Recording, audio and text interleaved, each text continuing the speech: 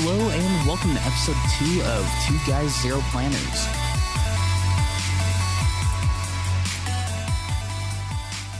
Joining me once again this evening, morning, I'm never going to get used to the time zone. We've got Urban Hafner. How you doing, Urban? I'm doing good. Yeah, time zones are difficult. They always are. I'm a programmer, I know. It's like 11 o'clock at night for me, so I don't understand how you can wake up before 6 a.m. to do a podcast. Yeah. I may need an episode or two to fully realize what I'm doing here anyway. So, some interesting news since episode 1. We have a sponsor. Yay! Yeah. So we'd like to thank Ron and the fine folks over at Pen Chalet for partnering up with us to provide some really good deals for our listeners. Head on over to penchalet.com, click on the podcast link at the top of the page, and use the code 2GUYS, that's the number 2, GUYS, for some great deals and site-wide savings. This week, Ron is on point with some Piniter, however you say it, Avatar ballpoint and rollerball pens, as well as a really good deal on some of my favorite inks from Diatramentis, like Atlantic Blue, Pale Blue, and Sky Blue. I've actually got Atlantic Blue in my Mnemosine Singularity right now. So head on over to Pen Chalet, where you can get some great service, fast and free shipping on orders over $50 in the US, great international shipping, and participate in their ink rewards program.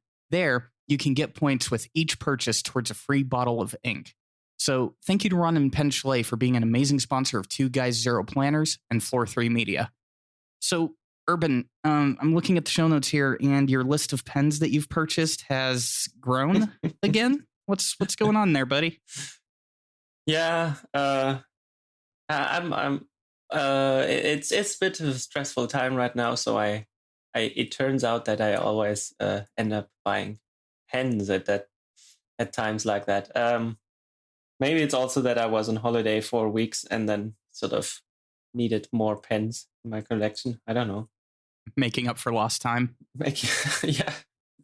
I was doing really good before the holiday, selling stuff, and yeah, now it's all downhill again, and I'm adding more pens to the collection. I think I should just give up trying to reduce the collection. Well, I'm noticing that the ratio of cheap Chinese pen to slightly more expensive pen is shifting a little bit more towards the expensive side.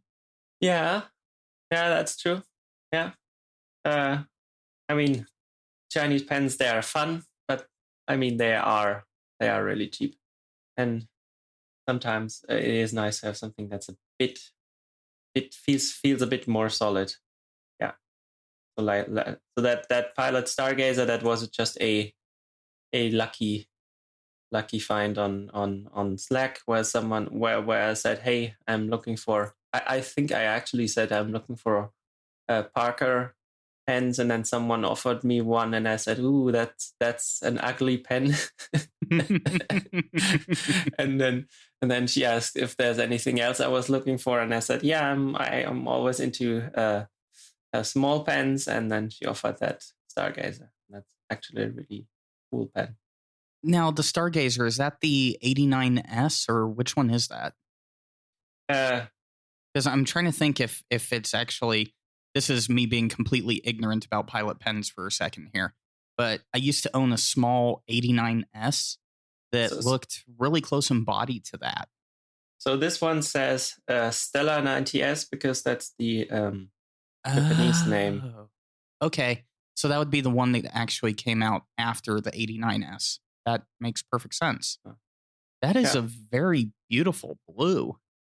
Yeah, it's nice. If it were actually light outside, I might actually see that there's some kind of glitter in there, but not in the darkness. Yeah.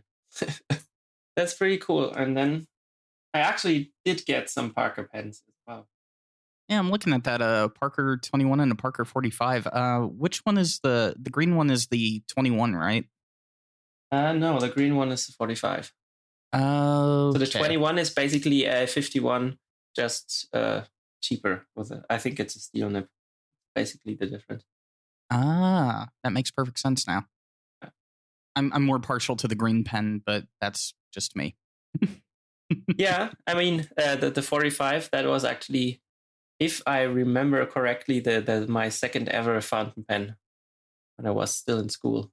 Did you ever hear the story of my first interaction with a fountain pen? I think I told it on like episode 2 or 3 of BYOB. I vaguely remember, but not really. Yeah. I didn't know what it was, and it was one of my grandpa's fountain pens, and I took it out into the driveway and smashed it into a million pieces. Yes, no, I remember. Yeah. I feel really bad about that now, but back then it made a really cool explodey sound. I almost feel like a horrible person for saying that. And then I'm like, wait a second, I was a kid. I didn't know any better.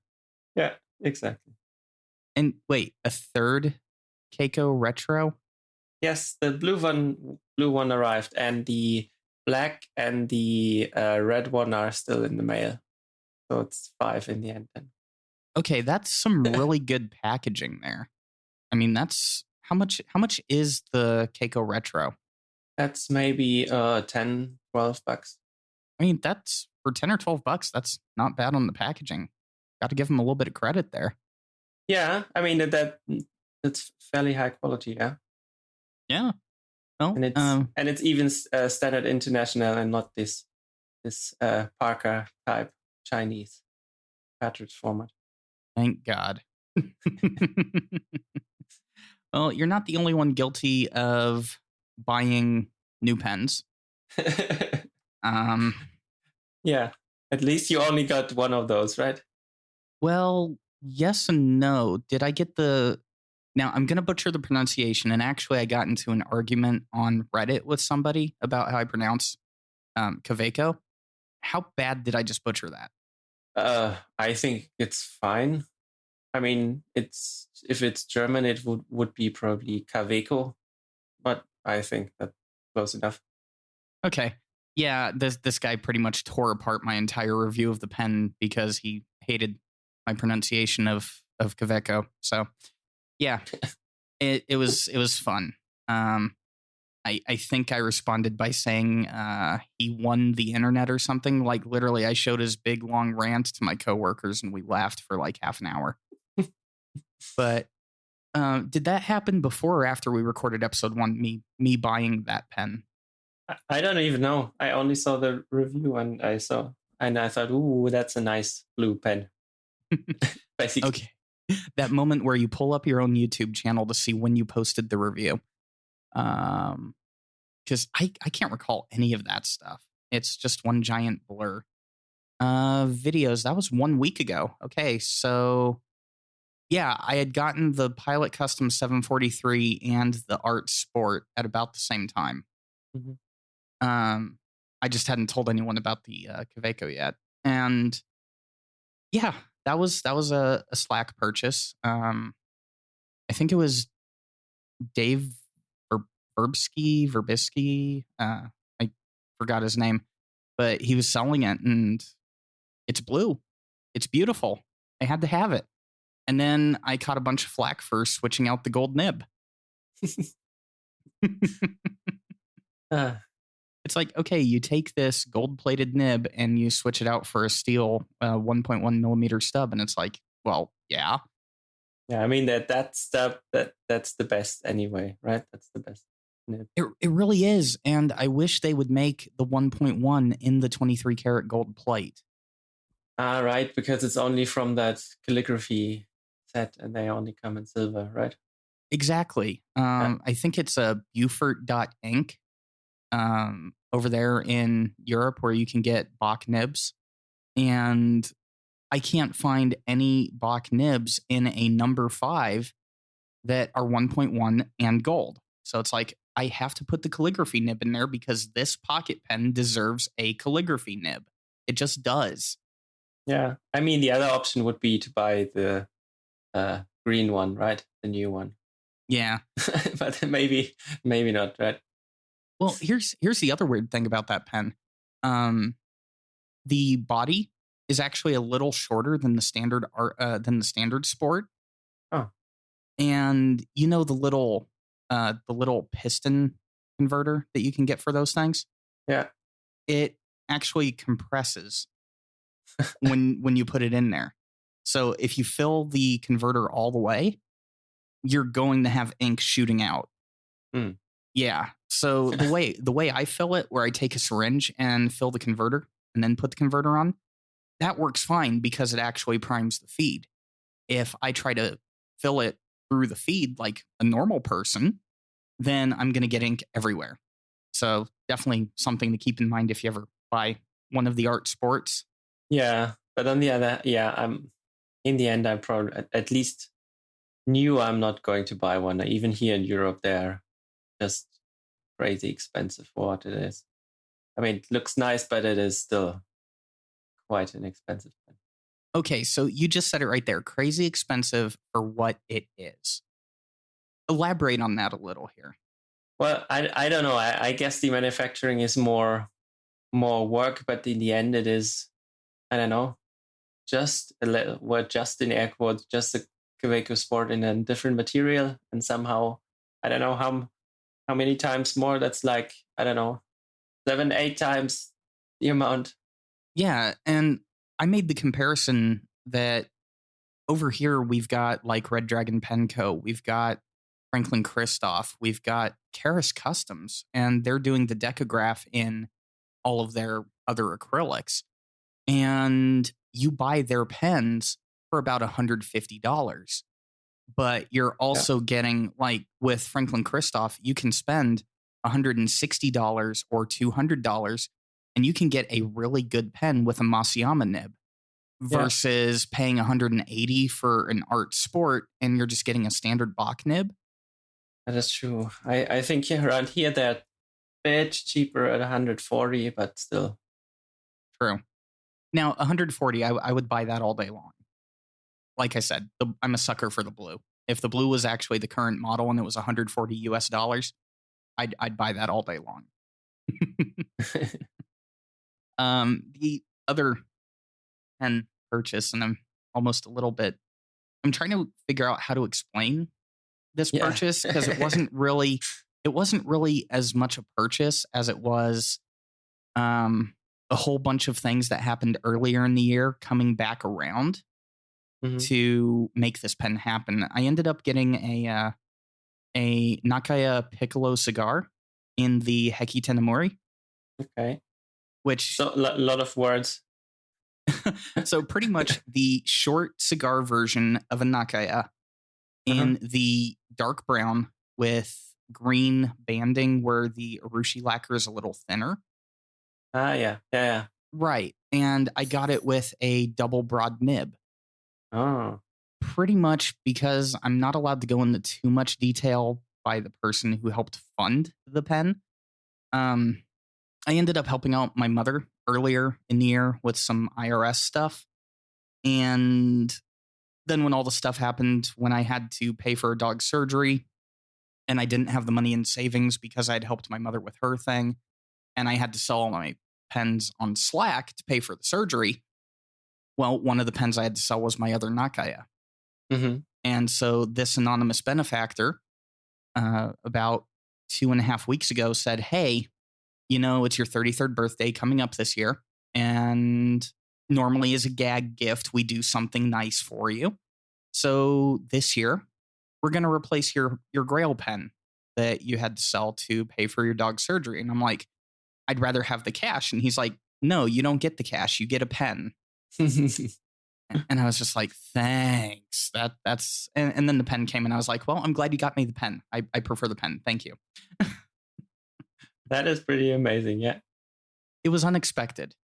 That, and I don't know if you've seen some of the conversation on Slack around the Nakaya nibs that have been coming out of nibs.com recently. But apparently some people have been getting some like really bum nibs. This one was perfect. Cool. Yeah, I told him, hey, I want a double broad that writes like a fire hose. And the first ink I put in this pen was Jehabon Emerald of Chavour. That ink is amazing in that pen. I can imagine. Yeah, I need to ink it up again. I think that was my first glitter ink ever. Been sitting there in my drawer. I mean, that ink is just so insane in that pen. It's just like, wow. It's not clogging the feed or anything. Yeah, the Germain glitter inks, they're more well behaved, I think, than most. Especially the diamine, at least the early ones. They're really prone to hard starts. Have you tried any of the Dream inks yet? You put it in the show notes last time, and I didn't even know that's as much as I know about that. Okay. We need to find a way to get you some of these inks. Imagine taking like 20 parts glitter and 2 parts ink and then mixing them together. Like literally, this ink feels like it's more glitter than ink. I know that's not true, but that's how it feels. And I used one of my Jinhaos that I picked up from Andrew over on Slack as a guinea pig pen for one of those inks, and oh my goodness, I'm still getting glitter out of the feed, and I've been cleaning it now for a solid 4 days. Yeah, so I imagine it doesn't really write that well. No, not that well at all. When you have to shake the pen for about 4 minutes to get it free enough to actually write. Speaking of ink, though, it looks like you've been making some changes to the website. Yes, I have. I've had a lot of fun the last weeks doing stuff. Looking at the list, it turns out I was fairly motivated. So, but first, I would like to thank the patrons. It turns out, as of this recording, people are giving me $18 a month for that site. That is actually pretty cool. Congrats. And so what did I do in those 2 weeks? So there's this brands page where it basically lists all the brands that people have entered and all the inks. And that was like, I had some statistics that said it was like 5,000 different inks. And then I played around with how I figure out if 2 inks are the same. Like before that, the algorithm was pretty basic, and if you made a spelling mistake, it actually said, "Hey, that's 2 different inks." And now you can maybe even write your Ackermann inks a tiny bit wrong, and they still the system knows that it's the same. So that reduced the amount of what the system thinks are unique inks by maybe 1,000. So that's actually pretty cool. There's a lot of things that this then enables. I have a list of stuff I want to do now that is better. Of course, there's still stuff that's not really working. If Sailor makes like a million inks for other companies, and then people on the site can't really decide if it's an own brand or if it's just a line of inks and the Sailor. So that's also something to look at. And then each user has a public page where they actually also have a table with inks. And then I've overhauled that as well. And this is now a bit more interactive, where I can sort by each column basically, or multiple columns even if you want, and search. And you can, if you're also logged in, you can easily compare your collection with the other person's and say, hey, please only show me the inks that I own that the other person doesn't own. So yeah, that was a lot of fun. Hey, Bixby, add recover FPC ink password to my to-do list for tonight. Yes, I looked it up. I saw that you have an account and you have 0 inks. Yeah. Oh, wow, Bixby actually worked. Good job, phone. Man, so motivated is an understatement, man. Yeah, I mean, there's a lot of things that you just use as third-party libraries, right? For example, a table that can be sorted and you can search in it that is basically some component you reuse. So but yeah, maybe it's also because my wife was on work trips, and I had free evenings. I don't know. How do you manage this whole free time thing? Don't you have children? Yes, but I also have a 1 hour commute. So I sit in the train and then I program, basically. Yeah, I've got maybe a 3-minute commute, so that doesn't help me much. Yeah, I mean that's the positive side of such a long commute, right? I mean, Exactly. I ended up getting a laptop just so I could edit podcasts on my lunch break at work because I'm like, wait a second, I don't eat lunch, but I have an hour of absolutely nothing to do 5 days a week. yeah, exactly. So I'll be doing editing at work. Yay, work. Yeah, maybe maybe not today because I got up so early, but on other days I'll probably continue there. Right. You're going to be heading off to work and I'm going to be heading to bed because I've actually got a 12-hour day at work tomorrow. Ooh, that is long. Well, the cool thing is my job lets us make up hours if we have to miss some on a certain day. And earlier in the week, they were doing inspections at the apartments and they were using a crew of people that had not met my dogs. So they didn't know that the dog treats are in the fridge. And they don't know that my dogs are trained to expect treats within 30 seconds or they go completely crazy. And so I had to stay home and make sure that nothing bad happened to those people. So it happens. Yeah. So before we go, there's 2 things here that I wanted to talk about really quick. The first one, there's this just cryptic thing that says care package from Anna. Yes. If you look at that image, you can see a US composition notebook that Anna picked up when she was at the DC Pen show.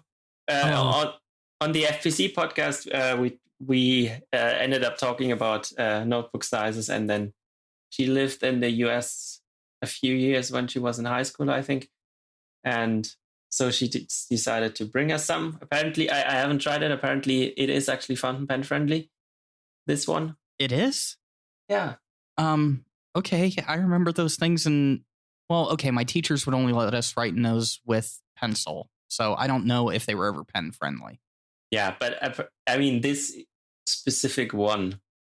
And there's, I think, less from the RSVP podcast every year does basically buys them all and tests them with every kind of pen or paper. And Anna picked some up of those, and then some nice stickers. You can see the paid forward tiny one and a red dragon one. Mm-hmm. And the one from Inky Converters. And is that a Canalea Penco sticker? Yes. Wow, nice sticker haul. Yeah, and yeah, I don't know. My laptop is basically full, so I'll have to find some other place to put them. Well, you saw the picture of my new desk, man. I'm running out of places for stickers on my TV and my computer. Well, you need a laptop because you can close it and then you have the whole size of the screen basically on the back. That's actually true. I'm going to need more stickers for that. Yeah, and then there were a lot of ink samples as well. So half of them are the Straits Pens, these honest inks with the cool names like green and stuff like that. Sepia was interesting to say the least. Exactly. And the other 4 ones, they are actually, I'm not sure if I am even allowed to talk about them, but there are ink samples from inks that are coming out soon, I think. So 4 of them are those honest Straits Pens, honest inks, and the other 4 are from another source. Oh. Okay, so the blue cap ones are straight pens. The clear cap ones are mystery ink. Yeah. I envy you. You get mystery ink. Well, I once I get 4 ink samples. So yeah, that's it. Well, before we go, one last thing to touch on here. So my YouTube channel is 20 subscribers away from an ink giveaway. I think Ron and I are going to go with a Colorverse ink. We haven't decided which one yet. But once we hit the 100 subscriber mark, we're going to go ahead and do a giveaway for a pack of Colorverse ink. That's the big bottle and the small bottle. So cool. Yeah, Yeah. I just had to check if I was actually subscribed or not. and no one's disqualified from that except for me. Uh-huh. I'm completely disqualified from it. Well, obviously. Yeah. That would be kind of weird if the host of the YouTube channel won his own giveaway. Definitely, yeah. Well, my friend, it's been a wonderful morning thing. I'm going to go ahead, finish this cup of coffee, do my budget, and I'll see you here in 2 weeks. All right. Bye.